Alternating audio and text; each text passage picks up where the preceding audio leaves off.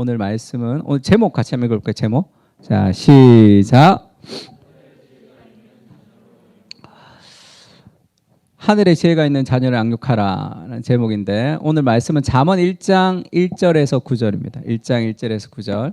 우리 한 절씩 좀 같이 좀 읽을까요? 제가 먼저 읽겠습니다. 시작. 다윗의 아들 이스라엘의 왕 솔로몬의 잠언이라.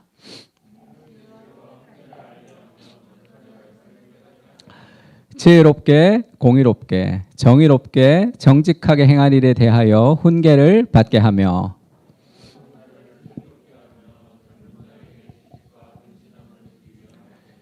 지혜 있는 자는 듣고 학식이 더할 것이요 명철한 자는 치략을 얻을 것이라.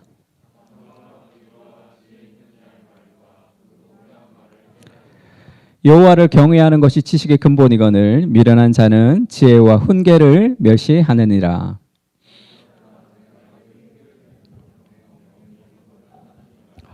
이는 내 머리에 아름다운 간이요 내 목에 금사실이니라. 우리 7절만 한 번 더 읽어볼까요? 7절만 시작. 여호와를 경외하는 것이 지식의 근본이거늘 미련한 자는 지혜와 훈계를 멸시하느니라. 아멘. 오늘 잠언 1장 1절에서 9절까지 읽었는데 우리가 자녀를 기른다고 할 때 그거는 우리가 지난주에 독신에 대해서 얘기했겠지만 건강한 독신은 공동체가 같이 만들어간다 이렇게 얘기했습니다. 건강한 가정도 공동체가 함께 만들어가는 거예요. 건강한 공동체가 없이 홀로 떨어진 건강한 가정이라는 것은 존재하지 않습니다. 그만큼 우리가 그렇게 위대한 존재가 아니에요. 이 교회 공동체가 없이 홀로 개인적인 신앙이 우리가 건강하게 자랄 수 없듯이 마찬가지예요. 자녀 교육도 마찬가지입니다. 자녀는 그 집안의 일이 아니라 이 공동체 일이, 그러니까 함께 공동체가 기도할 때 건강한 공동체 안에서 사람들이 자라는 거죠. 그래서 아이가 자랄 때 한 마을이 사용된다는 말이 그게 정말이죠. 근데 오늘날은 개인주의 문화가 발달이 되어서 동네에서 아이들 인사하기도 좀 쉽지가 않은 시대가 됐죠. 그런 시대가 됐습니다. 그래서 옆집에 사는 사람들이 놀러 오고 하는 그런 문화가 지금은 좀 잘 되지 않고 있는데 그래서 우리 오늘 자녀 목사님 저 자녀가 없는데요. 아니면 저는 아직 결혼을 안 했는데요. 오늘 말씀은 나랑 상관없는 말씀인데 귀 닫고 오늘 좀 그러겠습니다가 아니라 우리가 함께 이 아이들을 기르는 것도 우리가 함께 책임 있는 공동체 안에서 있는 일이라는 것을 좀 기억하면 좋을 것 같습니다.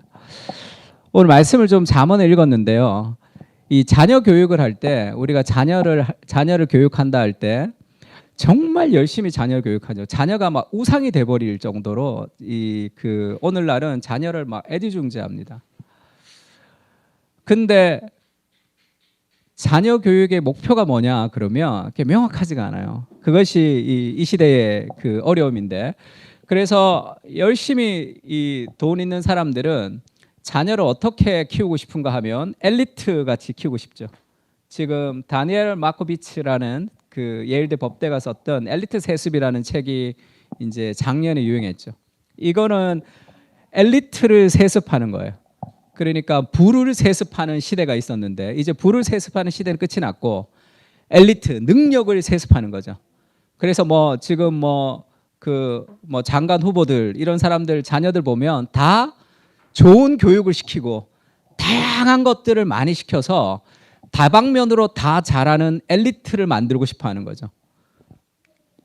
원래 이 엘리트 세습이라는 이 책이 이 출판되기 전에 저도 조승현 씨가 이제 그 책 소개할 때 처음 알았습니다. 원래는 더 메리토클래시 트랩이에요. 능력주의의 덫이죠. 능력주의의 함정. 어떤 함정이냐면 엘리트 세습은 중산층 해체와 엘리트 파멸을 가속화하는 능력 위주 사회의 함정이다. 그러니까 우리가 다반면으로 능력 있는 사람을 만들려고 경쟁을 한단 말이에요. 그런 경쟁 자체가 엘리트들을 망가뜨리고 또 중산층을 해체시켜서 빈익부, 부익부가 더 커지면 사회가 지금 뭐라 그럴까요? 사회가 끝으로 가고 있는 파멸의 끝으로 가고 있는 지금 그런 사회가 되었다. 그거를 이제 능력주의의 그런 심각한 문제다. 이제 그렇게 얘기했습니다. 이 책 한번 읽어보면 좋을 것 같아요. 제가 목회와 신학의 베스트셀러 리뷰를 처음 맡았을 때 첫 번째 책으로 제가 엘리트 세습을 좀 쓴 적이 있습니다. 거의 뭐라 그럴까요? 성경에 가까운 책이에요. 그러니까 우리가 실력이 있는 것, 우리가 능력이 있는 것, 내가 돈 버는 것 모든 것이 다 하나님의 은혜의 결과이지 너의 실력이 아니다. 공정하다고 생각하지 말라. 그런 이야기들이 있습니다. 근데 왜 이렇게 이 엘리트를 세습해야 되냐면 자녀 교육의 목적을 잘 몰라서 그렇다고. 그 방향성이 잘 없어서 그런 거죠. 그래서 이 제니프 시니어가 쓴 부모로 산다는 것이라는 책에서 이런 내용이 있습니다. 자녀 교육에 온갖 재정과 정서 자본을 사상 최대로 사용하죠. 그러나 문제는 목표가 분명하지 않은 거예요. 그리고 묻습니다. 부모들이 실제로 자녀에게 하려는 일이 무엇일까를 물어봐야 돼. 우리 자녀가 어떻게 되었으면 좋겠냐는 분명한 목표가 뭐냐는 거죠. 오늘날 부모는 아들, 딸들이 심리적으로 만족하는 일에 잔뜩 신경을 쓰는데 언뜻 보면 이는 훌륭한 목표처럼 보이지만 의미가 모호하다 그랬습니다. 그러면 부모들이 가장 신경 쓰는 게 뭘까요? 우리 자녀가 행복한 거죠. 그 행복이 어디 있냔 말이에요. 자녀가 만족하는 자녀의 심리적 만족이라는 목표로 올인하는 거죠. 그것이 자녀를 망치는 지름길이 된다. 왜냐하면 그 목표가 건강한 목표가 아니거든. 그래서 심리적으로 만족하는 일에 잔뜩 신경을 써서 언뜻 보면 훌륭한 목표 같아 보이지만 의미가 모호해. 그 방향이 어디로 갈지 모르죠. 그리고 자녀가 심리적으로 만족하는 그것이 건강한 삶의 목표인지가 더 중요한 거죠. 내가 원하는 것을 마음대로 하는 것이 행복이라고 생각했던 잘못된 자유에 대한 개념이 우리에게 들어오게 된 거죠. 그래서 내가 그렇게 하지 못했지만 우리 자녀들은 많은 돈과 실력을 가지면 원하는 것을 마음대로 할 수 있을 것 같은 착각을 가지지만 그것은 바른 길로 인도하지 못합니다. 그러면 어떻게 자녀를 길러야 되는가? 오늘 우리가 읽었던 잠언에는 지혜와 훈계를 알고 명철을 알고 지혜롭고 공의롭고 정의롭고 정직하게 하는 그런 슬기롭고 지식과 근신함을 갖춘 한마디로 얘기하면 하나님의 지혜를 가진 사람으로 만들어가는 거죠. 이때 성경에서 말하는 지혜, 호크마라는 단어는 정보하고는 달라요. 지식하고는 다릅니다. 그냥 단순한 정보와 지식, 똑똑한 거, 공부 잘하는 것하고는 달라요. 그것은 삶의 지혜하고는 상관없는 일이죠. 지혜는 지식을 포함합니다. 지식을 포함하고 플러스 도덕적인 능력까지도 함께 포함하는 게 지혜 속에 있어요. 지식과 도덕적인 것을 포함하지만 그 이상의 무엇, 그것을 성경에서는 지혜라고 얘기합니다. 그 지혜를 가진 사람, 우리도 그래야 되고 자녀도 그래야 되는데 한마디로 얘기하면 그것을 요즘에는 인티그리티라고 그러죠. 이것을 통전성이라고도 얘기하고 뭐 순전성이라고도 얘기합니다. 그러니까 좀 번역하기가 애매한 단어인데 인티그리티는 쉽게 얘기하면 다 갖춘 거다 이런 뜻이에요. 다 갖춰. 용기와 지혜와 뭐 다 모든 것을 다 균형 있게 갖춘 것을 인티그리티라고 그러죠. 그러면 우리 자녀가 뭐 똑똑하고 엘리트를 세습하고 그런 목표가 아니라 그러면 정말 건강한 그런 삶의 목표가 되어야 되는데 그것은 우리 자녀의 목표이기도 하고 우리의 목표도 돼야 되겠죠. 그러면 어떻게 하는 삶이 인티그리티한 삶이냐? 어떤 목표? 그러니까 우리 자녀가 어떤 삶을 살기를 원해요. 한번 명확하게 한 줄로 한번 써보세요. 우리 자녀가 어떻게 되기를 원하냔 말이에요. 한마디로 인티그리티를 풀어서 쓰자면 누가복음 2장 52절 같이 읽을까요? 시작. 예수는 지혜와 키가 자라가며 하나님과 사람에게 더욱 사랑스러워 가시더라. 그러니까 예수님을 닮아가는 삶의 목표에. 근데 그게 마음에 확 와닿아야 되는데 예수님을 닮아가는 삶의 목표는 별로 안 와닿아. 그럼 내가 원하는 어떤 삶의 목표가 있는 거죠? 그것이 우리를 참된 행복으로 인도하지 못한다는 것을 알아야 돼. 우리를 노예로 삼습니다. 그리고 우리가 정말 인테그리티하면 예수 그리스도를 닮아가는 삶, 그것이 이 자녀 교육의 굉장히 중요한 목표가 되겠죠. 부모가 가야 되는 삶의 방향입니다. 그러면 하나님의 지혜가 없을 때, 하나님의 지혜가 없이 부모가 최선의 노력을 다해서 아이를 기르면 어떻게 되느냐? 어마어마하게 많은 사랑을 주지. 부모가 끝없는 사랑을 너에게 준다는 것을 기억하라. 그래서 엄청나게 부모가 인간적인 사랑을 최선을 다해서 줘도 그러면 온실 속의 화초가 되는 거죠.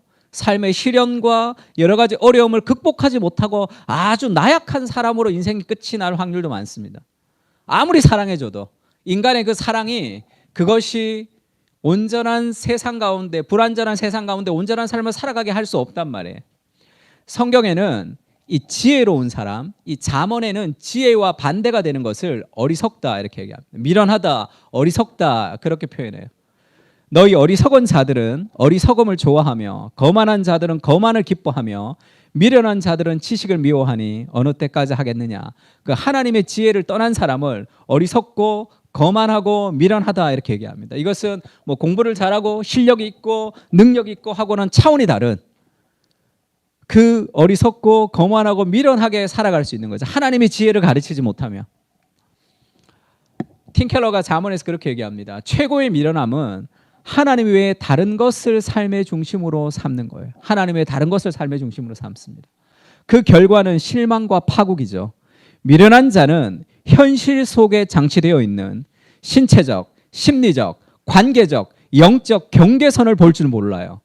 경계선을 넘어가 놓고는 자신이 왜 침몰했는지를 의아해합니다. 하나님을 중심으로 삼지 않을 때 삶의 수많은 삶의 판단과 판단의 사건들 속에서 어떤 경계선을 넘어가 버린단 말이에요. 그 감각이 없는 거예요. 그래서 신체적, 심리적, 관계적, 영적 경계선을 넘어가서 삶의 안정감을 누리지 못하는 거죠. 불안하고 두렵고 여러 가지 삶의 다른 동기들이 자신을 이끌어가기 때문에 결국 경계선을 넘어가 놓고 자신이 왜 침몰했는지도 의아해하는 그것이 뭐죠? 미련한 사람의 특징입니다. 그것은 하나님을 중심으로 삼지 않는 삶의 지혜의 결말이에요. 결말. 마태복음에는 그렇게 얘기하죠. 누구든지 지혜로운 사람이 있고 어리석은 사람이 있는데 하나님의 말씀을 듣고 행하지 아니하는 자는 모래 위에 지은 어리석은 사람 같다. 번드르한데 인생의 어느 날에 그 기초가 다 무너지는 거죠. 왜? 그 기초가 하나님으로 기초되지 않았기 때문에 그 삶이 이제 쉽게 무너집니다. 그것이 어리석은 삶의 특징이죠. 하나님의 지혜가 없을 때 가지는 삶의 특징이에요. 그래서 잠언에 보면 이 하나님의 지혜가 없는 특징은 결국 교만합니다. 그래서 다른 사람과의 대인관계에 갈등들이 많아요. 그게 하나님이 중심으로 삼지 않은 삶의 어떤 결말들이겠죠. 그러면 어떻게 하나님의 지혜를 가진 사람으로 만들 수 있을까? 어떻게 하늘의 지혜를 가진 사람으로 우리가 살 수 있을까죠? 성경에서 말하는 지혜라는 것은 가장 쉽게 얘기하면 도덕적으로 이게 옳다, 이게 그러다라는 그런 개념이 없이 그것과 상관없는 우리의 선택이 많죠. 이건 선이다, 악이다, 이건 죄다, 아니다와 상관없는 수많은 선택들이 있단 말이에요. 그것을 가장 지혜롭게 판단하는 거예요. 우리 인생이 무너지는 것은 죄다, 아니다도 있지만 죄다, 아니다가 아닌 수많은 사건과 사건들 속에 어떤 선택을 하느냐가 그의 삶에 어마어마하게 많은 것을 결정하게 됩니다. 그것을 하늘의 지혜를 가지고 있을 때 적절한 지혜를 가지고 선택하며 판단하며 살아갈 수 있는 거죠. 그것을 잠언이 우리에게 가르쳐 주는데 잠언은 세 가지로 되어 있어요. 잠언의 구조가. 첫 번째 서론은 1장부터 9장입니다. 이건 스토리로 되어 있어요. 스토리. 아들아 음녀의 길로 가지 마라. 아들아 이렇게 해라. 이러면서 아버지와 아들의 대화로 되어 있는 스토리로 구성되어 있는 게 1에서 9장까지예요. 그 다음에 우리가 흔히 보는 잠언은 10장부터 29장까지 긴 정이 연결되지 않고 하나의 금언, 속담 비슷한 내용들이 막 짧게 막 이렇게 나열되어 있습니다. 그래서 잠언을 어떤 사람들은 이 본론만 보면 이게 속담인지 성경인지 구분이 잘 안 돼요. 그래서 잠언을 그렇게 가치 있게 생각하지 않는 경우가 있는데 이 짧은 경험, 이 개별적인 잠언들은 하나하나 있는 그것은 하나하나의 의미가 있는 것이 아니라 이것은 이 스토리 안으로 넣어서 해석을 할 때 그것이 하나의 그림으로 맞춰지는 그렇게 잠언이 구성되어 있어요. 그리고 마지막에 결론에 우리 현숙한 여인과 결혼하는 스토리를 통해서 이 잠언이 이렇게 결론돼 내려져 있습니다. 그래서 잠언 4장 5절에서 9절에 보면 이게 잠언의 서론에서 굉장히 중요한 것인데 지혜를 얻으며 이렇게 얘기하죠. 지혜를 사람으로 비유해요. 사람으로 의인화합니다. 지혜를 얻으며 명철을 얻으라. 내 입의 말을 잊지 말며 어기지 말라. 지혜를 버리지 말라. 그가 너를 보호하리라. 그를 사랑하라. 지혜를 사랑하라는 거죠. 그가 너를 지키리라. 지혜가 제일이니 지혜를 얻으라. 내가 얻은 모든 것을 가지고 명철을 얻을지니라. 그를 높이라. 그리하면 그가 너를 높이 들리라. 그 다음에 만일 그를 품으면, 지혜를 품으라는 거죠. 지혜를 안으라는 겁니다. 그가 너를 영화롭게 하리라. 그가 아름다운 관을 내 머리에 두겠고 영화로운 관을 내게 주리라 하셨느니라. 지혜를 의인화해서 지혜를 사랑하고 지혜를 품으라 이렇게 얘기합니다. 우리 교회 지혜가 지금 없어가지고 조금 나은데 지혜라는 이름 너무 좋아요. 지혜는 굉장히 좋습니다. 그 지혜를 의인화할 때 우리나라 성경에서 오역같이 좀 잘못 번역했는데 우리나라 성경은 이 지혜를 다 그라는 3인칭 남성 단수로 번역했어요. 이게 좀 뭐라 그럴까? 이렇게 번역하면 안 되고 의인화했죠. 지금 그 여자는 이렇게 번역해야 돼요. 그래서 그를 높이라. 그래야면 그가 너를 높이리라. 만일 그를 품으면 그가 너를 영화롭게 하리라. 이것을 영어 성경에 보면 ESV 보면 허라고 되어 있죠. 그녀를 높이라. 그리고 그녀가 영화롭게, 만일 네가 그 여자를 안으면, 네가 그 여자를 안으면 그 여자가 너를 영화롭게 할 것이다 이렇게 얘기한다고. 그러니까 아버지가 그 아들에게 지혜라는 여자를 사랑하고 지혜라는 여자를 품으라 이렇게 얘기했을 때 아버지가 자식에게 하는 얘기죠. 아버지가 아들에게 오늘은 김지혜, 내일은 이지혜, 그 다음에 박지혜 이렇게 다른 사람들을 한 번씩 품으라는 얘기일 것 같아요? 아니면 한 사람을 품으라는 얘기일 것 같아요? 어떤 얘기일 것 같아? 아버지가 막 돌아가면서 매일 다른 지혜를 만나라 그 얘기를 하는 것 같아? 아니겠죠? 지금 여기서 지혜를 품으라는 것은 지혜와 결혼하라는 겁니다. 지혜를 안고 지혜와 결혼하라 이렇게 얘기하죠. 그렇게 의인화해서 얘기하는. 그때 그 지혜가 너를 영화롭게 한다는 거지. 그때 인생에 하나님이 원하시는 대로가 열린다 이렇게 얘기해요. 지혜를 품는 거.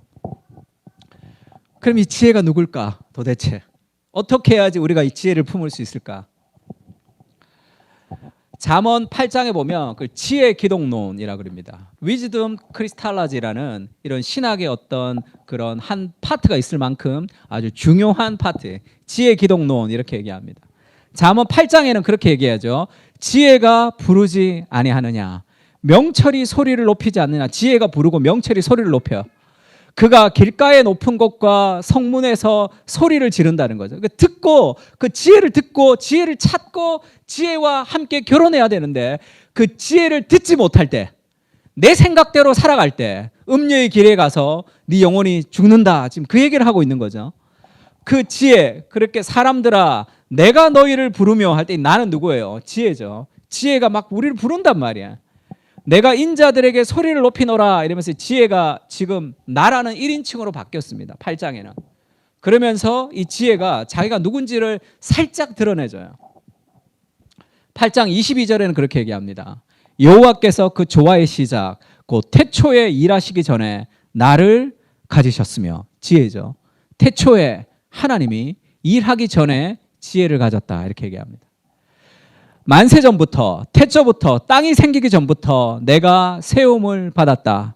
지혜가 세움을 받았다. 아직 바다가 생기지 않았고 큰 샘들이 있기 전에 내가 이미 났으며, 산이 세워지기 전에, 언덕이 생기기 전에 내가 이미 났으며 지혜가 이미 났다.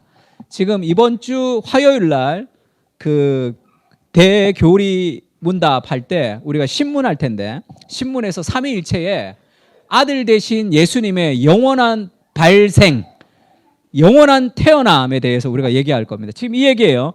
이미 영원 전에 이미 태어났다는 거예요. 지혜가 태초부터. 그럼 지금 이 지혜는 누구를 얘기하고 있는 거죠? 그것이 예수 그리스도를 의인화하고 있다는 것을 알아야 된다고. 태초 전부터 계셨던, 만세 전에 이미 나 계셨던 그 예수 그리스도, 그를 품고 그를 안고 그와 결혼하는 거죠. 그때 삶의 수많은 개별의 잠언들, 그러니까 잠언을 가지고 지혜로운 사람이 되려면 수많은 개별 잠언의 100가지 것들을 가지고 이럴 때는 이렇게 저럴 때는 저렇게 그것을 막 대입하면서 살아가는 것이 아니라 지혜와 결혼하며 살아가는 하나님과 동행하는 삶, 하나님을 경외하는 삶, 그것이 지식의 근본. 이 지식은 지혜를 얘기합니다. 하나님과 경외하는 삶을 살아가면 이 상황과 사건 속에서 무엇을 어떻게 결정할지를 결정할 수 있는 거죠. 무엇이 하나님의 기쁨이 될까? 그것을 선택하며 살아갈 때 삶의 수많은 인생의 선택의 걸음걸음 속에서도 가장 건강한 삶의 선택을 할 수 있는 거예요. 그 지혜와 멀어져 있기 때문에 삶의 선택의 순간순간마다 고통스러운 거죠. 이거 어떻게 해야 되지? 이거 어떻게 해야 되지? 그러면서 개별 잠언들을 가지고 하나하나 대입을 해보면 어떤 건 맞고 어떤 건 안 맞고 두 가지가 막 상충되고 막 그렇게 살아간단 말이에요.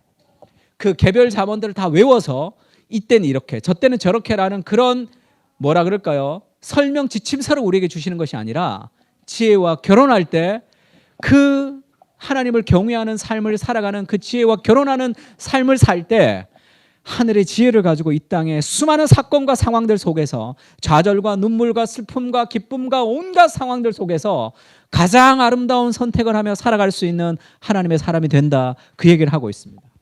그리고 나면 이제 이해가 될 거예요. 그리고 나면 지금 잠언의 마지막 결론이 이해가 된다. 잠언의 31장 마지막은 잠언은 31장까지 있는 거 다 알죠? 매일 한 장씩 해서 뭐 하루 1일부터 31일까지 매일 읽었잖아요. 잠언을. 31장에 진주보다 값진 현숙한 여인이 등장합니다. 이게 결론이에요. 누가 현숙한 여인을 찾아 얻겠느냐? 그의 값은 진주보다 더하니라. 결혼한다는 거죠. 현숙한 여자. 누가 이렇게 썼어요. 누가 현숙한 여인을 찾아 얻겠느냐? 그의 값은 진주보다 더하니라. 그러니까 이 말씀을 읽고 이분이 큐티를 한 거예요. 현숙한 여인이 될 거예요. 이렇게. 나는 현숙한 여인이 될 거예요. 이렇게 적용하면 안 돼요. 이 현숙한 여인이 될 수 없습니다. 우리는. 될 수 없어요. 이 현숙한 여인이 될 수 없는 존재예요. 어떤 사람이 이렇게 얘기하더라고요. 잠언 31장에 나오는 현숙한 여인을 한국인의 관점으로 바라본다면 대부분 현모양처의 이미지를 가진 다소곳하고 참한 한 여성상을 그리고 있음을 알 수 있다. 이게 틀렸어요. 이게 잘못된 해석이라고. 잠언의 전체 구조를 이해하지 못하고 31장을 정말 여자라고 생각한 거야. 지금 잠언에서 이 지혜를 여자라고 표현하죠. 지혜이며 하나님을 경외이며 예수 그리스도인 이 분을 여성으로 묘사하고 있단 말이에요. 현모양처가 아니에요. 현숙한 여인이 되겠다는 기도 제목을 가진 자매들이 있으면 다 포기하세요. 현숙한 여인 될 수가 없어. 왜냐하면 이 현숙한 여인을 한번 봐보세요. 이 현숙한 여인은 진주보다 더해요. 남편의 마음은 그를 믿나니. 이것도 어려운데 사실 이것도 굉장히 어려운 건데 산업이 핍절하지 아니하겠으며 이게 뭐예요? 돈도 자기가 다 벌어요. 그 가정을 살아있는 동안에 그의 남편에게 선을 행하고 악을 행하지 아니하느니라. 이것도 어려운데 그는 그 여자예요. 현숙한 여자입니다. 양털과 삼을 구하여 부지런히 손으로 일하며 집에서도 일해요. 그래서 돈을 벌어와. 그 다음에 상인의 배와 같아서 먼 데 가서 양식을 가져오며 뭐라 그럴까? 여자 선장 같아서 원양어선으로 막 어디를 가서 막 무역을 통해서 지금 돈을 벌어온다는 거야. 그러면서 집에서 막 바느질도 잘하고 막 뭐라 그럴까? 어마어마한 여자예요. 그러니까 집에서 심사인단 같으면서 그 다음에 또 간해수목업을 잘하고 그 다음 배 타고 나가서 무역을 잘하는 어마어마한 존재가 지금 등장한 거야. 이 산업이라는 이 단어는 산업이 핍절하지 아니하다 할 때 이 산업이라는 이 단어는 영어 성경에 보면 스포일이라고 번역됐습니다. 이 스포일이 뭐냐면 전쟁에서 노량물을 얻는 거예요. 그러니까 이 여자는 장군이야. 또 가서 전쟁에서 노량물을 다 얻어오는 사람이에요. 그러니까 전쟁도 잘하는 여자. 그 다음에 바느질 뜨개질 잘하는 여자. 돈도 잘 버는 여자. 배를 타고 가서 어디서 무역을 해오는 여자. 이런 여자가 어디 있어. 우리가 현숙한 여자가 되려고 아무리 기도해도 그렇게 될 수 없어요. 엘리트 세습을 3번 해도 되지 못하는 여자가 지금 이 여자란 말이에요. 도무지 될 수 없는 여자. 이것은 한 여자의 모델이 아니란 말이에요. 지금 잠언 전체가 말하는 삶의 결론이죠. 이 남편은 뭐 하느냐? 이 자식이랑 아무 일도 안 해. 백수야. 그냥 일어나 감사한데 그의 남편은 칭찬하기를 독행에 있는 여자가 많으나 그네는 모든 여자보다 뛰어나다 하느니라. 그의 남편은 성문에서 그 장관들과 함께 성문에서 가만히 바둑두고 있다가 그 여자가 전쟁하고 배 타고 오고 뭐 하고 오면 가만히 있다가 인사만 해. 수고했습니다. 그럼 이런 현숙한 여인이 어디 있어? 이 남자는 뭐 하는 거야? 그냥 놀아요. 집에서 놀면서 인사만 하는 남자로 기록된단 말이에요. 말도 안 되죠. 만약에 정말 이런 여자의 모델이 있다 그러면 그 남편을 이상하게 만드는 거죠. 이거는 말도 안 되는 일인 거죠. 그러나 고운 것도 거짓됐고 아름다운 것도 헛되나 오직 여호와를 경외하는 여자는 칭찬을 받을 것이라 할 때 이 여호와를 경외하는 여자를 다른 말로 하면 잠언에서 지혜입니다. 이 지혜는 예수 그리스도예요. 그분과 결혼해라. 그분을 안아라. 그 하나님을 경외하는 삶을 살아가라. 그거죠. 그때 그와 결혼할 때 이 현숙한 여인과 결혼해서 살아갈 때 그때 너의 인생에 수많은 길들이 열어질 것이고 너의 직장생활, 너의 가정생활, 너의 삶의 모든 것이 하나님의 지혜와 복음의 적용의 방식으로 살아갈 수 있게 될 것이다. 그때 삶의 많은 것들이 회복이 되는 그 일들을 얘기하고 있는 거죠. 그러니까 31절이 왜 결론이겠어요? 유대인들은 그것을 예수 그리스도를 잘 모르기 때문에 유대인들은 잠언 31장 뒤에 룻기가 있습니다. 잠언 뒤에 룻기가 있어요. 그래서 현숙한 여인이 룻이다 이렇게 해석하는 거죠. 우리나라 성경이 훨씬 더 좋아요. 이 현숙한 여인은 잠언 1장부터 잠언 마지막까지 이어지는 하나님의 지혜, 그녀를 사랑하고 그녀를 찾고 금을 찾듯 은을 찾듯 지혜를 찾는 그 삶을 통해서 지혜와 결혼하며 살아갈 때 우리 삶에 어마어마한 풍성한 삶을 하나님이 약속하신다는 거죠. 우리 자녀들을 어떻게 키우고 싶습니까? 우리는 어떻게 살고 싶어요? 그 지혜와 결혼하는 삶을 살아가야 된단 말이에요. 그때 삶이 안정적이죠. 사도 바울이 자기가 2년 반 동안 말씀을 매일 전했던 2년 반 동안 매일 말씀을 전했으니까 우리 같은 상황으로 얘기하면 거의 몇십 년을 같이 있었다고 봐야 되겠죠. 그 에베소 장로들과 떠나야 되는 마지막에 지금 순교하러 가는 거죠. 예루살렘으로 가면 죽습니다. 이제 다시는 보지 못할 줄을 알아요, 서로가. 그래서 에베소 장로가 지금 바울을 보기 위해서 그 먼 길을 걸어서 거기까지 왔습니다. 마지막 헤어질 때 바울이 그렇게 얘기하죠. 내가 떠나면 너희 교회에 이리가 들어와서 너희 교회를 힘들게 할 것이다. 그러면 떠나지 말아야 되잖아. 근데 떠나죠. 그러면서 그렇게 얘기합니다. 내가 너희를 주와 주의 은혜의 말씀에게 부탁하노니 그 말씀이 능히 너희를 든든히 지키시리라. 이렇게 얘기하죠. 내가 너를 주님과 하나님의 은혜의 말씀에게 부탁한다. 그러면 그 말씀이 너희를 지킬 것이라. 우리 아이들이 얼마나 험한 세상 가운데 살아가야 됩니까? 얼마나 가슴이 졸여요. 그러나 삶의 어디를 가든지 주님과 동행하는 삶을 살아갈 때 그분이 그를 능히 지키시는 주와 주의 은혜의 말씀에게 내가 너희를 부탁하노니 그 말씀이 너를 능히 든든히 지키시리라. 그 삶의 한가운데 보낼 수 있는 그 지혜를 사랑하는 그런 지혜와 결혼하는 사람을 만들어 가야 되는 거죠. 그래서 팀켈러가 잠언에는 이렇게 얘기합니다. 성경에서 지혜에 해당하는 단어는 도덕이 포함되긴 하지만 도덕 이상이에요. 지혜란 어떻게 하라고 분명하게 제시된 도덕법이 없을 때에도 올바른 선택을 내리는 겁니다. 성경에서 정확히 말해주지 않는 선택의 상황들이 있죠. 그러나 이런 결정을 잘못 내리면 재앙을 불러올 수도 있습니다. 하나님은 상황별 100권짜리 규정집을 우리에게 주시지 않으셨다 이렇게 얘기했어요. 이게 무슨 말이죠? 지혜를 주신 거죠. 100권짜리 상황집을 우리에게 주어서 이럴 땐 저렇게 찾아보는 것이 아니라 예수 그리스도 그분을 우리에게 주셨단 말이에요. 그와 함께 동행하고 그를 사랑하며 살아갈 때 우리는 삶의 수많은 선택의 상황들 속에서도 가장 올바른 선택들을 행하며 살아갈 수 있습니다. 실패하지 않는 사람이 어디 있어요? 실패할 때도 있고 죄를 지을 때도 있고 넘어질 때도 있습니다. 그러나 하나님과 동행할 때 우리는 다시 일어서며 살아갈 수 있는 가장 선한 길로 우리가 찾아갈 수 있는 거죠.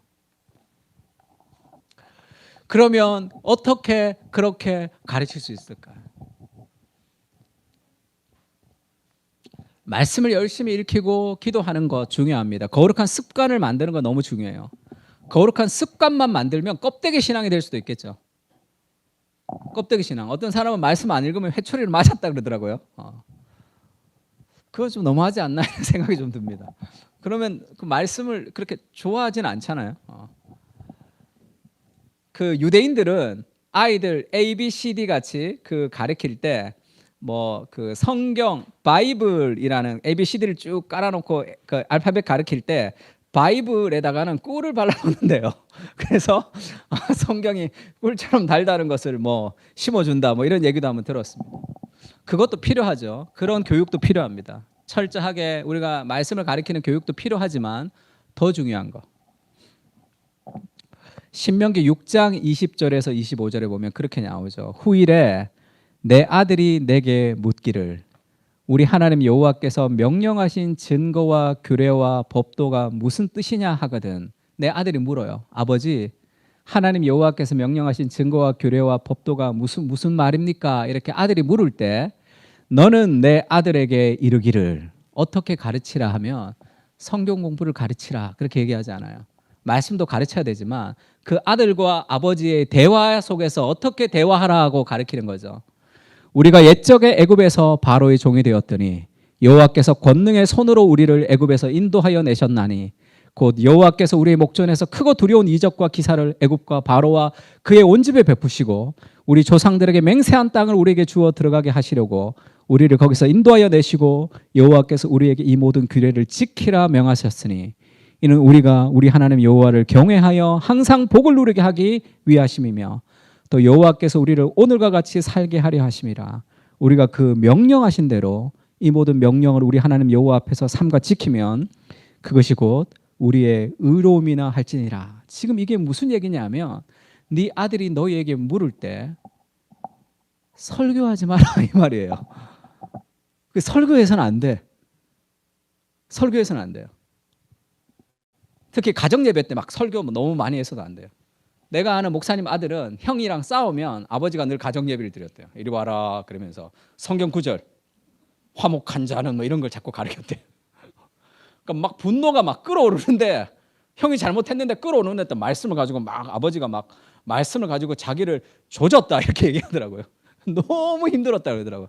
가정 예배 드리자 그러면 짜증이 확 났다 그러더라고요. 그것도 뭐 은혜를 받으면 그것도 좋은 일이겠죠. 그렇게 말씀을 설교하지 말고 지금 뭐 하라는 거죠? 하나님이 내 삶에 베푸셨던 생생한 구원의 은혜를 그 스토리, 간증을 이야기하라는 거죠. 그 아들에게 이렇게 얘기합니다. 야, 그 애굽에서 우리가 하나님이 탈출해서 모세를 따라 내가 거기를 가고 있었다. 근데 뒤에는 애굽의 철병거들이 막 쫓아오고 우리 앞에는 절벽의 강이었다. 야, 더 이상 어찌할 수 없는 두려움이 있을 때 모세가 그렇게 얘기했단다. 너희는 가만히 서서 오늘날 너희에게 행하시는 하나님의 구원을 보라. 어떻게 되는지 알아? 바다가 갈라졌다는 거죠. 그리고 그 마른 땅을 이 아빠가 건넜다는 거예요. 그러면서 그렇게 얘기하는 거죠. 네 인생에 어려움이 있을 때 기억해라. 하나님이 갈라주신 너 인생의 강을 갈라주시고 너 인생의 바다를 갈라주시는 그 하나님의 역사가 오늘 우리 가정에 생생한 삶의 간증으로 드러나야 된다. 우리 집에 이것도 없고 저것도 없고 이것도 부족하고 저것도 부족했지만 하나님의 은혜가 함께했던 삶의 간증들이 기억나야 돼요. 아, 우리 아버지, 우리 엄마 하나님이 함께 하시는 분이시다라는 그 삶의 생생한 하나님의 인도하심을 경험해야 되는 거 아니에요. 그것을 이 제임스 헌트가 도덕적 상상력을 길러주라 이렇게 얘기했습니다. 거룩한 상상력을 길러주는 거죠. 그것은 스토리로 전수되는 거예요. 그래서 성경은 규정집이 아니잖아. 공자왈 맹자왈이 아니죠. 성경을 펼치면 신기하게도 아브라함의 이야기가 있어요. 모세의 이야기가 있다고. 인간의 스토리가 있단 말이에요. 인간의 스토리 속에서 역사하셨던 하나님의 스토리가 있죠. 우리가 그리스도 중심적으로 성경에 읽는 것은 아브라함의 이야기고 사울의 이야기고 다윗의 이야기지만 그 속에 흐르는 하나님의 정사가 있는 거죠. 하나님이 함께 하시는 하나님의 역사가 인간의 역사 뒤에 함께 하시는 하나님의 역사가 흐르고 있는 거죠. 그 하나님의 역사를 그 내러티브를 읽으면서 오늘의 우리의 내러티브 안에 우리의 가정 안에 일어나는 수많은 사건과 사건들 속에 수많은 선택과 선택 속에 오늘도 함께 역사하시는 하나님의 역사가 흘러가야 된단 말이에요. 그것을 생생하게 경험할 때 하나님이 우리와 함께 하시는구나. 그것을 생생하게 삶으로 깨닫는 거죠. 그때 주와 동행하는 삶을 살고 싶지 않겠습니까? 그 거룩한 스토리를 얘기하는 거죠. 이스라엘의 국기는 이렇게 생겼죠. 다윗의 별입니다. 그리고 이 두 가지는 강이에요, 강. 하나는 홍해, 하나는 유프라테스입니다. 홍해를 건너고 유프라테스를 건너는 거. 홍해를 건너는 것은 출애굽이죠. 유프라테스 강을 건너는 것은 포로에서 돌아오는 걸 얘기합니다.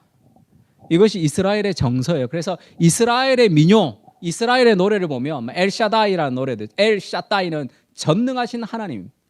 그 노래를 보면 대부분 다 물이 나와요. 우리 교가 보면 산 나오듯이, 산에 전기를 받듯이 대부분 이스라엘은 물이 나와. 근데 그 물을 하나님이 가르셨다는 거예요. 바다를 가르셨다. 엘샤다이 엘샤다이 그 찬양도 바다를 가르시고 하나님이 바다를 가르셨다는 거죠. 그 스토리가 계속 이어진단 말이에요. 그 다음에 여호수아 시대에는 내가 요단강에 발을 딱 대었더니 그 요단강이 섰더라. 네 인생에 우리 가정에 힘든 일이 있고 어려운 것이 있겠죠. 우리 가정에 여러 가지 고통도 있고 삶의 시련도 있을 겁니다. 그러나 그때 하나님이 우리 가정에 인도하셨던 그 하늘의 역사들이 전수될 수 있는 삶의 간증으로 드러나야 되는 거 아니에요. 제가 이집트 왕자라는 그 영화를 보고 정말 감탄했던 게 홍해가 갈라지는 장면인데 지금 사진이 이렇게 명확하지 않아서 잘 안 보일 텐데 이집트 왕자라는 디즈니 영화를 보면서 다른 거는 성경하고 완전 좀 다르게 해서 좀 애들한테 보여주는 게 이게 성경을 좀 왜곡시킨 게 아닐까 이렇게 생각이 들었는데 홍해가 갈라지는 장면은 정말 이렇게 잘 만들었어요. 홍해가 쫙 갈라지고 그것을 걸어갈 때 애들이 난리도 아니에요. 왜? 이게 아쿠아리움이야. 그냥 이 벽이 섰는데 이 벽 안에 막 물고기들이 막 지나가고 있단 말이에요. 그래서 손 넣어서 불가사리 잡고 이렇게 싹 지나가는 그 장관을 막 가슴 벅찬 감격으로 지나가는 그런 장면이 잠시 나옵니다. 정말 그랬겠죠. 그 하나님의 역사, 인생의 인간적인 무엇으로 해결할 수 없는 삶의 그것이 있잖아요. 인간적인 무엇으로 자꾸 뭔가를 만들어 가려고 아무리 애써도 건강한 삶의 방식, 하나님의 기적을 경험하는 삶의 방식을 우리가 이룰 수 없습니다. 오늘 우리가 찬양했던 대로 웨이메이커, 하나님의 약속을 통해서 하나님이 우리 인생의 기적을 일으키시는 그것을 좀 맛보고 살아가야 되잖아요. 우리 자녀들에게 그것을 좀 전수해야 되잖아요. 딱딱한 말씀의 어떤 무엇이 아니라 오늘도 우리 아빠의 삶에, 오늘도 우리 엄마의 삶에 흐르고 있는 하나님의 역사가 경험돼야 되잖아요.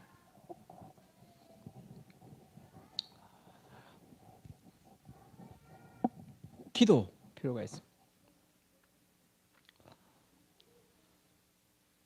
이 거룩한 우리가 1세기 그리스도를 배워야 된다 이렇게 말을 많이 하는데 이런 우리 이 부흥 때의 이 정서를 좀 배울 필요가 있어요. 평양 대부흥 운동 때 선교사님이 쓴 글들을 보면 전라도 광주에서 애 셋을 데리고 걸어와서 집회를 참석한 사람의 이야기가 있습니다. 그게 사실일까 생각될 정도로 거기서 어떻게 걸어와. 팀켈러가 중국에 갔는데 중국의 지하교회 사람들이 모이면 찬양합시다 그러면 준비 찬양이 3시간이래요.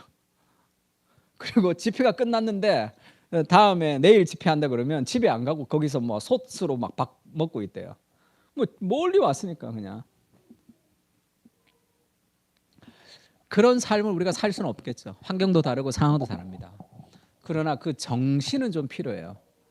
아이들을 정말로 하나님의 지혜로 양육하려면 기도하는 부모, 이게 그 아빠 기도하는 것이 사진에 없어서 미안한데 아빠 기도하는 아빠 엄마가 같이 기도해야 되겠죠.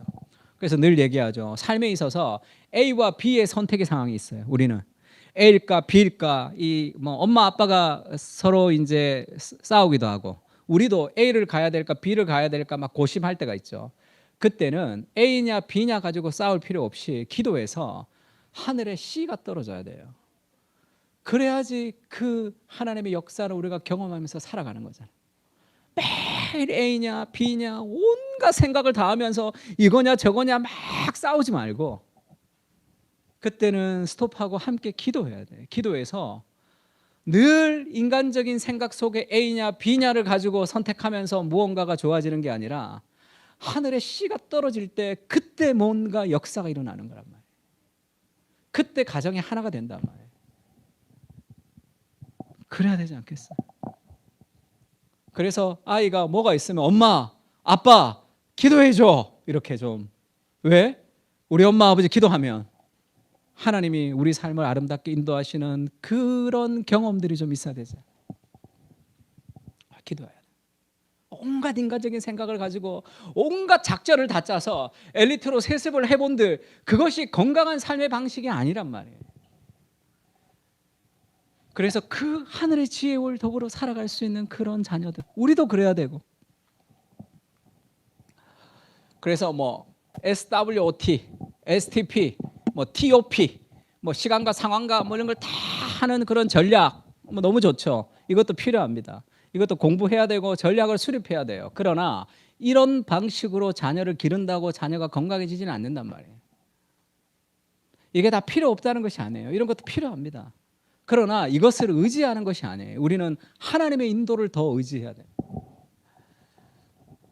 요즘 룻기 설교를 하고 있는데, 그 큐티를 하고 있는데, 제가 지난주 룻기를 보면서 그런 생각을 했어요.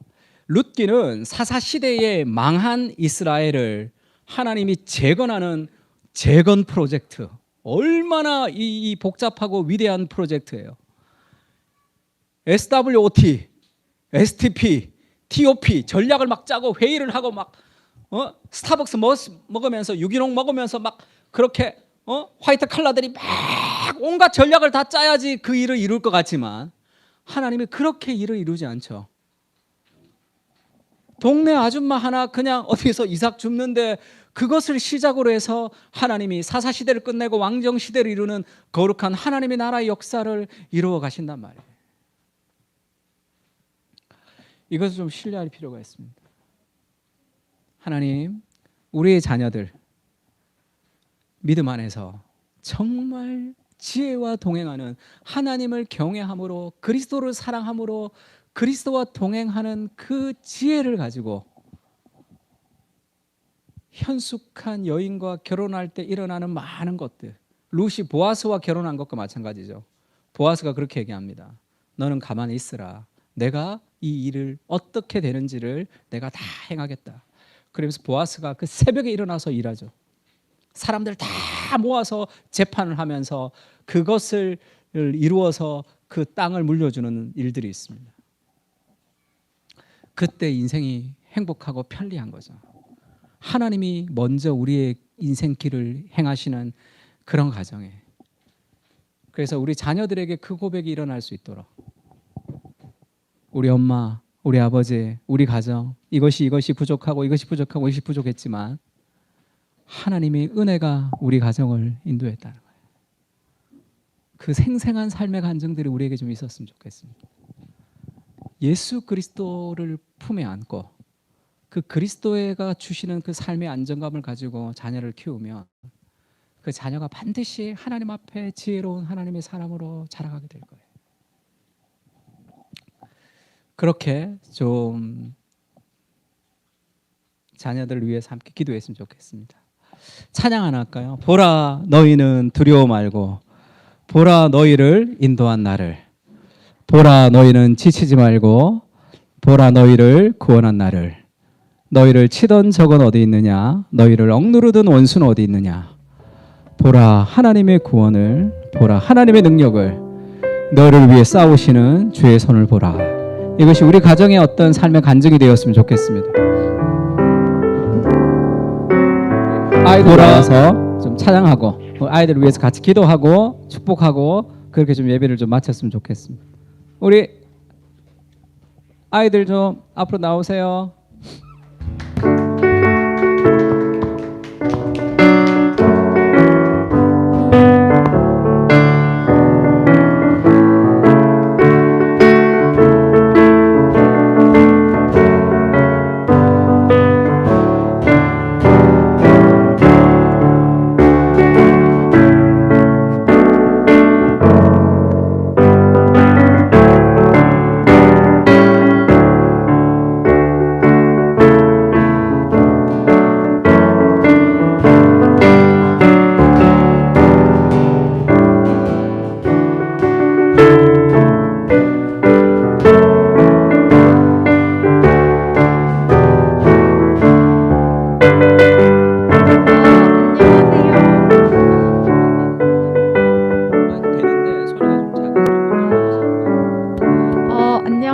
오늘 어린이주일로 우리 친구들이랑 같이 특송 준비했는데 박수로 같이 불러주시면 좋을 것 같아요.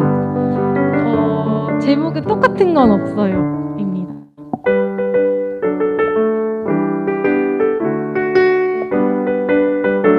이한이, 시안이가 지금 오느라 조금 시간이 걸려서 우리 친구들 한 명씩 소개를 해보도록 할게요. 우리 유지한이요. 어디 초등학교? 백운호수 초등학교. 한마디 안부 해도 재밌어요. 박수 쳐주세요. 유아림이요. 아님이 어디 유치원 다녀요? 아님이 어디 유치원 다녀요? 저 백운데이비즈요. 오, 아동부에서 좋아요? 오, 와, 이한이 시안이 왔어요. 자, 우리 친구 이름 뭐지? 네? 최영원. 아, 영원이는 어디 유치원 다녀요?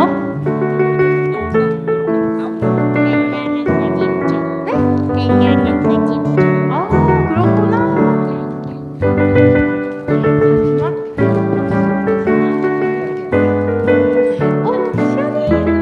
시안이. 이한이 이름 좀 말해주세요. 이름이 뭐예요?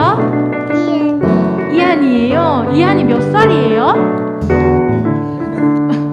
오, 4살. 와, 우리 이름이 뭐예요? 시안이 몇 살이에요? 4살. 네.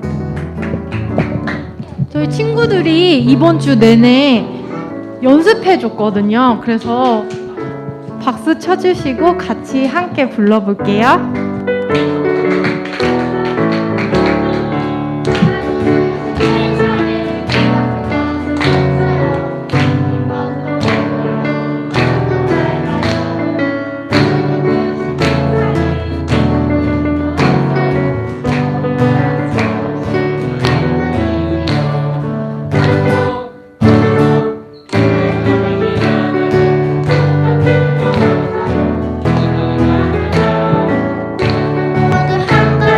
하나님 안에 한 가족, 달라서도 소중한 주님의 한 가족,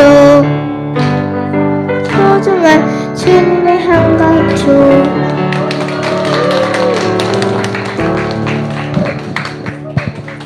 자, 우리 목사님이 기도 한번 하고 선물 줄 거예요. 우리 같이 한번 좀 기도했으면 좋겠는데 우리 그 엄마들 다 좀 나와 보세요. 우리 애기들 같이. 자, 엄마 아빠들도 좀 다 나와서 좀 애들 좀 같이 뒤에 좀 서서 우리 같이 한번 기도했으면 좋겠는데 다들 결혼하기 전에 다 와서 결혼하고 우리 이제 아이들 이렇게 다 태어났는데 참 여러 가지로 감개무량합니다.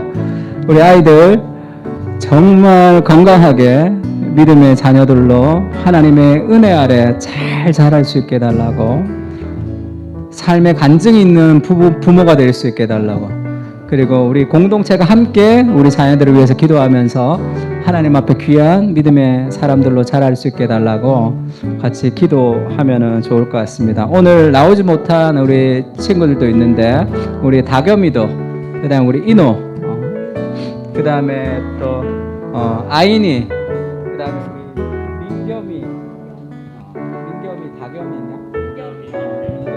또 있고, 그 다음에 이제 우리 어린이는 아니지만 우리 용환 집사님 딸들이 주와 하린이 다 있습니다. 같이 단우는 다음 주에 올 거예요. 다음 주에 다 올 겁니다. 그래서 같이 이렇게 아이들이 많아졌구만. 같이 한번 기도하면 좋을 것 같아요. 하나님께서 건강하게 아이들을 잘 자랄 수 있게 해달라고, 오늘 말씀 들은 대로 정말 예수님과 동행하는 그런 예수님을 닮은 그런 귀한 하나님의 자녀들로 자랄 수 있게 해달라고 같이 한번 기도했으면 좋겠습니다. 기도하겠습니다.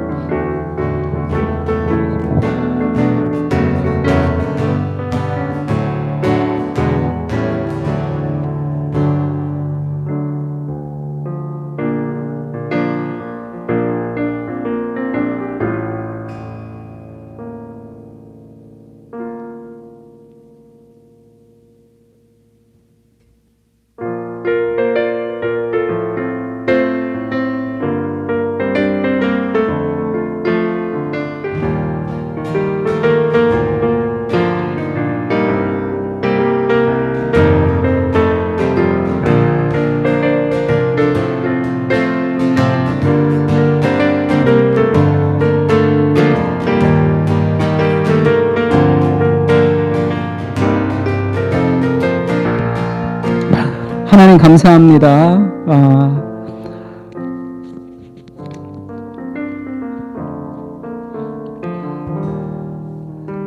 주께서 은혜 가운데 우리 귀한 자녀들을 생명으로 주시고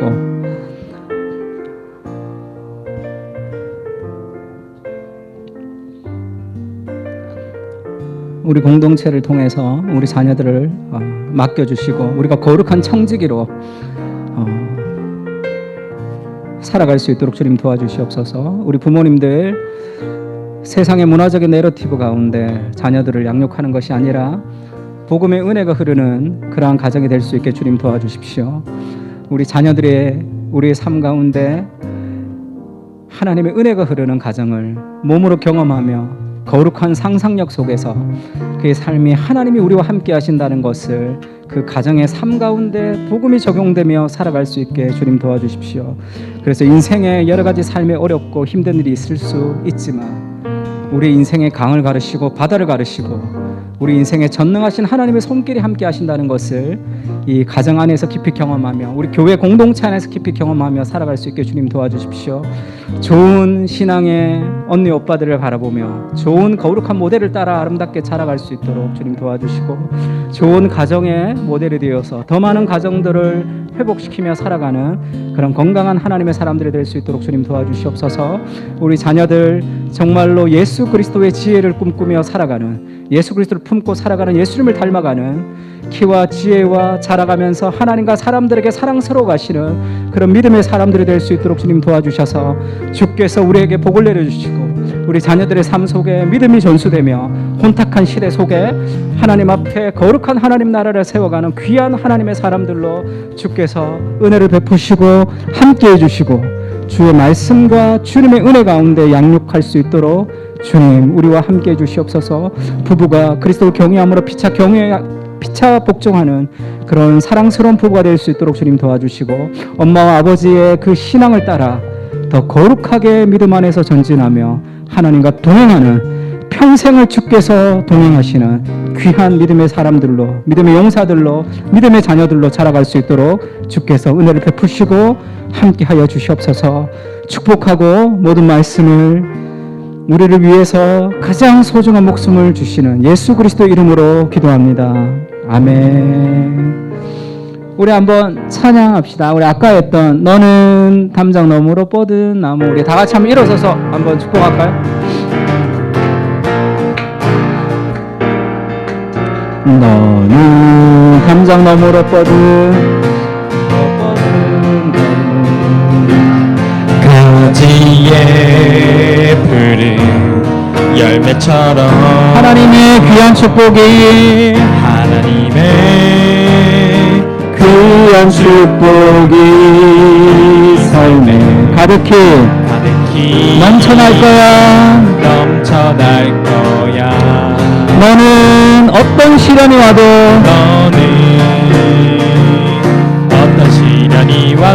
능히 이겨낼 강한 팔이 있어. 전능하신 하나님께서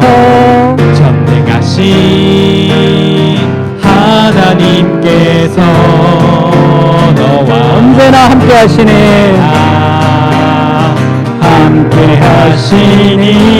너는 하나님의 사랑, 아름다운 하나님의 사랑. 나는 널 위해 내 길을 축복할 거야. 너는 하나님의 선물, 사랑스러운 하나님의 열매, 주의 품에 꽃피운 나무가 되어줘. 너는 하나님의 사랑, 아름다운 하나님의 사랑. 나는 널 위해 기도하며 내 길을 축복할 거야. 너는 하나님의 선물, 사랑스러운 하나님의 열매, 주의 품에 꽃피운 나무가 되어줘.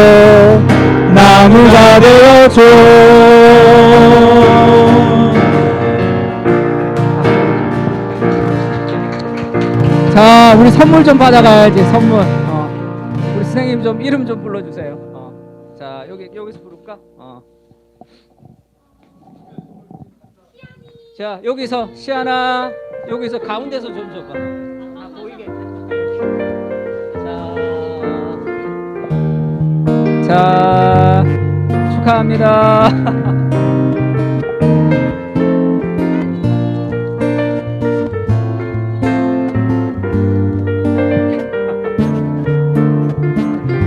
아림이.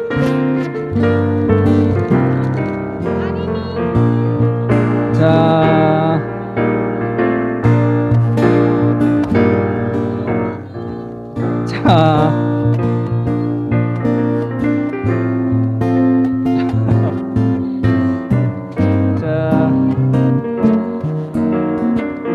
아이고 선물 많다.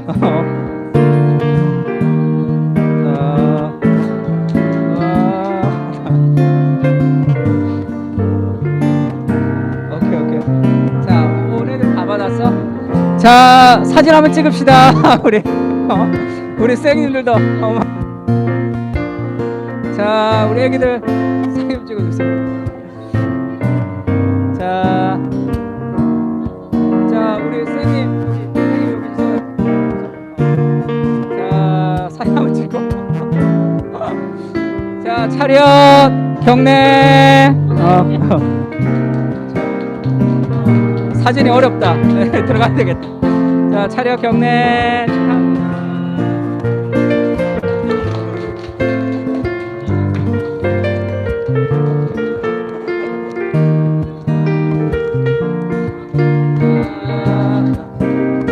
자, 엄마들 선물 좀 챙겨주세요.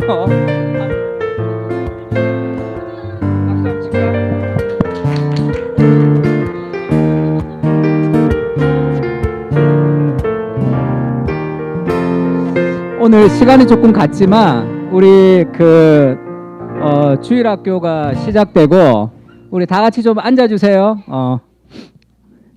조금 시간이 갔지만 우리 주일학교 시작되고 우리 선생님들 수고가 많은데 우리 선생님들 같이 우리 좀 축복하고 예배를 마쳤으면 좋겠습니다.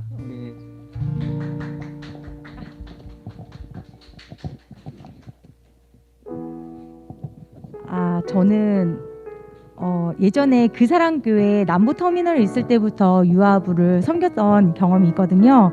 그 당시에 어린 지안이가 한 2살, 3살? 그때 지안이를 비롯해 지안이 형도 있었고 또 영원이도 있었고 뭐 아이들이 유은이도 그때 있었었고 한참 이제 아이들이 많을 시기여서 이제 방도 만들어서 그렇게 제가 했었었는데 그때는 이제 예배 드리기 전에 엄마들도 같이 아이들과 그렇게 모여서 예배도 드리고 성경 공부를 했었는데 이제 차츰차츰 교회가 너무 멀어서 이제 집 쪽으로 교회를 옮기는 이제 부모님이 생기면서 아이들이 많이 사라져서 지안이 한 명 남았었어요. 그래서 그 지안이 한 명이랑 제가 그래도 좀 끝까지 해볼까 했었었는데 또 교회도 이쪽으로 이사 오고 코로나 때문에 비대면으로 예배를 드리는 바람에 또 유아부 자체가 이제 사라지는 그런 상황이 돼서 좀 마음이 안타까웠었는데 이번에 이제 김하경 선생님께서 아동부를 시작하신다고 하셔서 그 아쉬운 마음에 제가 이제 같이 했으면 좋겠다고 말씀을 드렸고 흔쾌히 승낙을 해주셔서 지금 현재 같이 이제 아동부 예배를 드리고 있습니다. 다시 이제 아동부로 하나님께 예배를 드릴 수 있게 돼서 너무 감사드리고 그리고 우리 아동부가 꾸준히 잘 유지될 수 있도록 여러분의 많은 관심과 기도 부탁드립니다. 감사합니다. 네, 저도 아동부 섬기면서 들었던 생각을 짧게 나누고 싶은데요. 이제 하경 선생님께서 아동부 말씀을 전해주시고 기도하는 시간에 아이들 입술로 직접 기도한 적이 있었어요. 그때 어린 친구들이 하나님께 기도하는 모습을 옆에서 보는 게 굉장한 감동이 있었고 이제 아직 말을 잘 하지 못하는 친구는 기도손을 하고 눈은 감는 모습만 봐도 신기했고 이제 초등학교에 들어간 우리 지안이는 하나님 아버지를 부르면서 기도하는데 그 소리를 들으면서 아이들의 영혼을 바라보게 됐습니다. 단순히 어리고 귀여운 아이들이 아니라 하나님을 알고 사랑하며 자라가는 귀하고 소중한 영혼인 것을 깨닫게 되자 아이들을 위해서 열심히 기도해야겠다는 생각을 하게 되었습니다. 그리고 어른이 된 지금을 돌이켜보면 건강한 교회에서 유초, 중등, 고등부 시절을 보내고 그 속에서 친구들과 나눴던 믿음의 우정이 아직까지도 삶의 큰 부분을 차지하고 있습니다. 특히 대학이나 직장 같은 많은 환경들에 두려운 마음이 있었지만 교회에서 그리고 가정에서 배우고 나눠온 믿음을 가지고 흔들려도 금방 일어설 수 있는 믿음의 맷집 같은 거를 교회와 공동체 안에서 잘 기를 수 있었던 것 같습니다. 그래서 우리 그 사랑교회 아동부 친구들도 더 귀한 믿음을 물려주고 싶다는 생각이 들었고 어릴 때부터 하나님의 말씀과 사랑 그리고 공동체의 교제 속에서 건강한 신앙을 키워가면서 어린이집과 유치원, 초등학교, 중학교 등등의 삶의 여러 크고 작은 공동체에서 믿음을 꺼내서 사용하는 친구들이 되기를 기도합니다. 같이 기도해 주시면 너무 감사하겠습니다.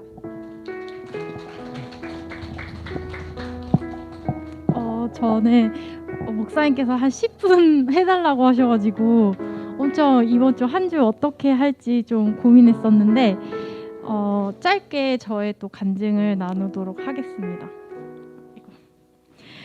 제가 사실 그 아동부를 못할 것 같다라고 계속 목사님께 말씀드리다가 본격적으로 해야겠다라고 이제 결심하게 된 사건이 있는데 이제 저희 남편이 수원성에 있는 수원성 교회에서 그 초등부 교육 전도사로 일을 하고 있는데 연말 연초가 일이 굉장히 많더라고요. 그래서 옆에서 지켜보는데 내가 좀 도와줄 일이 없나 이제 이렇게 봤는데 아이들 사진을 이렇게 오려서 이름이랑 매칭해서 선생님들한테 보내는 그런 작업이었어요. 그래서 딱 보기에 제가 보기에도 쉽고 남편 일은 너무 많고 그래서 그냥 이거 그냥 내가 도와주겠다라고 해서 시작된 일이었는데 한 2-3시간 정도 그 일을 하면서 아이들 얼굴을 보니까 너무 생각보다 행복하더라고요. 행복하기도 하고 그 당시 때 또 남편이 초등부 담당이었는데 선생님들이 많이 그만두셔가지고 선생님들 새로 모집을 해야 하는 시간들이었거든요. 근데 구해지지가 않고 아이들은 많은데 지원자가 없으니까 너무 발을 동동 굴리고 있었는데 어느 순간 딱 필요한 만큼 선생님이 채워져서 이제 남편이 옆에서 선생님들과 통화를 하는 걸 엿듣게 됐어요. 아, 선생님 어떻게 하다가 지원을 하셨냐. 지원자분들이 다 거의 20살, 21살이시더라고요. 근데 본인이 초등학교 때 선생님들이 너무 잘해준 기억이 있어서 부족하다는 이야기를 듣고 자기도 그 사랑을 나누고자 지원을 하게 됐다. 이런 나눔을 해주시더라고요. 근데 제가 그 얘기를 듣는데 너무 아름답고 그 마음이 너무 귀하고 또 제가 어렸을 때 선생님들한테 너무 사랑을 많이 받고 교회에서 자랐었는데 그런 추억들이 떠오르면서 참 이제 행복했어요. 그러다가 이제 우리 교회 그 사람 교회 친구들 얼굴이 생각이 나더라고요. 그래서 아, 이 친구들한테도 제가 저만 생각했을 때는 나는 능력도 없고 난 체력도 안 되고 나는 뭐 부족한 게 너무 많아서 못할 것 같다고 생각했었는데 아이들한테 시선을 돌리니까 아, 이 친구들한테 이런 교회에서 좋은 선생님들을 만나고 행복한 시간을 보내는 것에 내가 조금이라도 쓰임 받을 수 있다면 참 그건 기쁘고 의미 있는 일이겠다. 이렇게 시선이 저를 향해 있다가 아이들로 바뀌어 가니까 할 수 있겠다. 그리고 기쁜 마음으로 할 수 있겠다. 너무 참 귀하고 소중한 일이구나라고 좀 시선이 많이 바뀌게 된 것 같아요. 그래서 시작을 했는데 3개월 돌이켜 보면은 정말 애들한테 제가 너무 많은 사랑을 받았고 잘 보셨을지 모르겠지만 저희 단톡방에 아동부 활동하는 사진 올라올 때 저 제 얼굴 볼 때 너무 많이 놀라거든요. 제가 그렇게 웃음을 잘 짓고 활짝 웃을 수 있다는 것을 되게 오랜만에 느꼈어요. 근데 그 미소가 우리 교회 아동부 친구들을 만난 뒤로 회복되었다라고 저는 생각이 들거든요.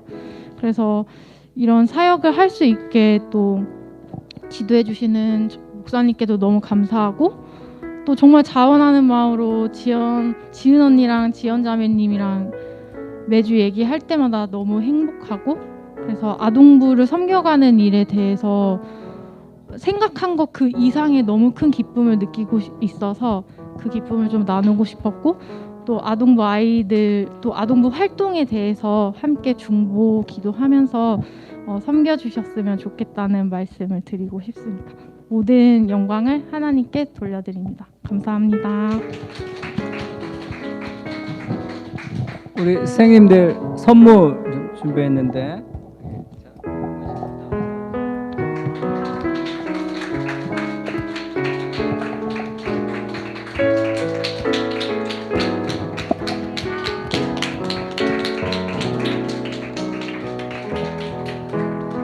우리 그 개척교회가 좋은 거는 언니, 오빠, 이모, 삼촌들이 다 우리 이모, 삼촌 되는 거죠. 우리 아이들 같이 늘 좀 반겨주고 같이 아이들을 위해서 좀 기도해 주시면 좋겠습니다. 기도하겠습니다. 하나님 감사합니다. 하나님께서 우리에게 은혜를 부어주셔서 귀한 자녀들, 그 귀한 가정, 또 귀한 청년들 그런 하나님의 은혜가 간증이 되는 그러한 우리의 가정과 우리의 교회가 될 수 있도록 주님 도와주시고 우리 아이들에게 부끄럽지 않는 그런 은혜의 사람들이 될 수 있도록 주님 함께해 주셔서 우리 교회를 통해서 자라가는 수많은 사람들이 믿음 안에서 올바르게 아름답게 양육될 수 있도록 주님 우리를 붙드시고 은혜를 베풀어 주시옵소서. 이제는 우리 주 예수 그리스도의 은혜와 하나님의 무한하신 사랑과 성령님의 감화 감동 교통하시는 은사가 오늘 어린아이들이 내게 오는 것을 금하지 말라 하시며 예수님께서 품어주시는 우리 아동부 아이들과 그 부모님과 수고하시는 선생님들과 그리고 그 사랑교회 교인들과 하나님의 백성들 머리 위에 이제로부터 영원까지 함께 계실지어다. 아멘.